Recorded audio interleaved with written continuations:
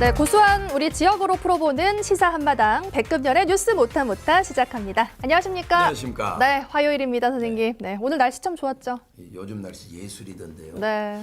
이제 93년 전 오늘도 날씨가 좋았겠죠. 그날 윤봉길 의사는 일본군에게 폭탄을 던졌습니다. 바로 오늘입니다. 네. 잊지 않아야겠죠. 맞아요. 또 시작부터 의미 있는 이야기 해주셨는데 첫 번째 소식부터 만나볼게요. 네, 진실화해를 위한 과거사 정리위원회라고 있죠. 줄여서 진화인데 네. 여기에 박선영 위원장이 또 5.18에 똥물을 튀겼습니다. 윤석열이 임명한 전 위원장 김광동 씨가 국회에서 5.18에 북한이 개입했을 가능성이 있다라고 애매하게 말하면서 똥물을 튀겼거든요. 그래서 그제 4월 24일에 국회에서 행안위를 열면서 지금 박선영 위원장을 불러가지고 전임 위원장이 이렇게 말도 안 되는 소리를 했는데 지금 위원장 어떻게 생각하십니까? 그러니까 이 위원장이 정상인이라면 그건 말도 안 됩니다. 북한이 개입 사실 없습니다. 이래야 되는데 그건 제가 잘 모르겠습니다. 뭐 5.18에 대해서는 아직도 논란이 많지 않습니까? 이런 식으로 대답을 하면서 계속 5.18에 똥물을 튀겼습니다. 네. 그래가지고 더럽혔다로 저희가 정정하겠습니다. 더럽힌 겁니다. 그러니까 이거는 지만원 일당이 날조에는 새빨간 거짓말이잖아요. 그래서 대법원에서도 판결이 난 사건인데, 그러니까 삼척동자도 다 아는 것을 위원장이라는 사람이 모른다고 얘기를 한 겁니다. 그러니까 이 사람은 지금 진실 화해를 위해서 과거사를 정리하고 있는 게 아니라 진실 화해를 방해하기 위해서 과거사 도발을 하고 있는 겁니다. 그래도 진화의 직원들이 이제 대신 사과를 했죠. 그러면서 박선영 위원장이 있어야 할 곳은 진화의가 아니라 형사법정과 감옥이다. 이렇게 얘기를 했습니다. 근데 이 박선영 위원장에 대해서 잘 아십니까? 선생님이 설명해 주실 거예요. 네. 원래 이분이 그 국민의힘 국회의원이었습니다. 네. 그전에는 그 당명이 달랐죠. 근데 2002년에 서울시 교육감 후보로 나왔는데 그때 선대위 대변인이 그 유명한 계몽 김계리 변호사입니다. 이게 참 끼리끼리란 말이 네. 잘 어울리죠. 그랬다가 윤석열이 이제 군사 쿠데타를 일으키고 이제 탄핵 소추가 되니까 갑자기 박선영 씨를 이 진화의 위원장으로 임명합니다. 왜 그랬느냐? 정형식 헌법재판관이 이 박선영 씨의 제부, 막내 동생의 남편입니다. 그래서 사람들이 뭐 사람을 뇌물로 바쳤다 이렇게들 이야기를 했죠. 그리고 이종 사촌 동생이 지금 강원도 도지사인 김진태 씨입니다.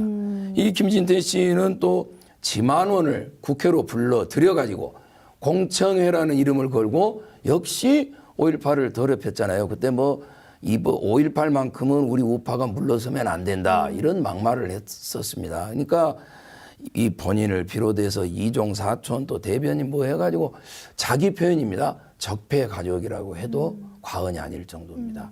예, 지금 윤석열 일당이 군사 쿠데타뿐만 아니라 역사 쿠데타, 방송 쿠데타 등을 일으키고 있는데 이 쿠데타의 앞잡이 홍위병 노릇을 하고 있는 사람들. 그러니까 예를 들어 방송위에는 뭐 이진숙 위원장, 그다음에 인권위에는 안창호 위원장, 방심위에 류희림 씨, 그다음에 이 진화의 박선영 씨.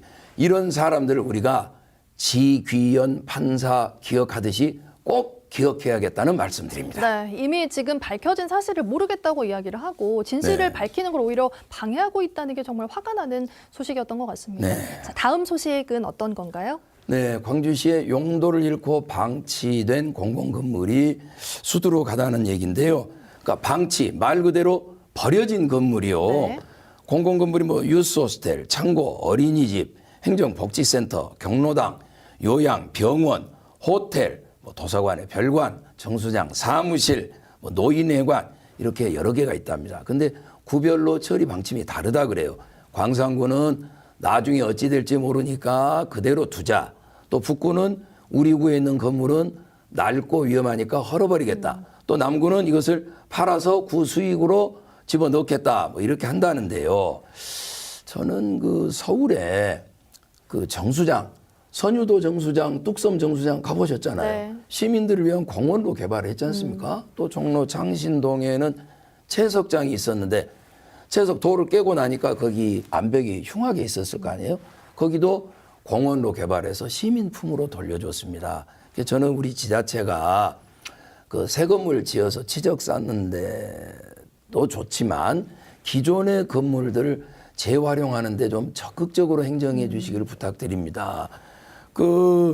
특히 이제 무등산에 지금 신양파크 호텔이 네. 있거든요. 산자락에 있는데 이걸 2019년에 광주시가 이제 매입을 했습니다. 그리고 국립현대미술관 분관을 유치하려고 하는데 잘 안 되고 있다 그래요. 예. 그래서 저는 이 신양파크 호텔이 무등산 자락에 있으니까 서울 남산이 생각났어요.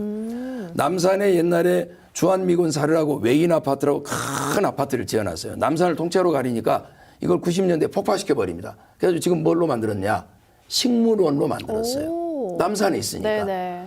또 남산의 그 유명한 안기부 건물은 유스 호스텔로 쓰고 있고 또 통감, 일제시대 우리 식민 통치했던 통감이 살았던 관저가 있을 거 아니에요. 그 통감 관저터는 또 공원로 개발해서 시민품으로 돌려줬습니다. 그래서 신양파크 호텔 같은 거는 서울 남산 모델을 좀 뭐 벤치마킹이라 그럽니까? 이런 걸 좀 따라해봤으면 어쩔까 생각해 봅니다. 좀 시민들에게 돌려줄 수 있는 공간으로 만들면 네네. 좋을 것 같다는 의견이었습니다. 네. 마지막은 어떤 소식인가요? 네, 광주교육청에 적극행정 면책 제도라는 게 있는데 이게 재구시를 못하고 있다는 소식입니다. 자, 적극행정 면책 제도. 말 그대로 적극적으로 행정을 하다가 책임질 일이 생겼을 때 면책, 책임을 면하게 해준 그런 제도거든요. 그런데 이게 이제 사람이 신이 아니니까 또 법을 다 100% 알고 있는 게 아니니까 일을 추진하다 보면 절차에 하자가 생길 예. 수도 있고 손실이 생길 수도 있어요. 그런 걸 면해 주는 거죠. 그러니까 우리말로 하면 접시 열심히 닦다가 깨뜨린 거는 책임을 묻지 않겠다는 그런 얘기잖아요.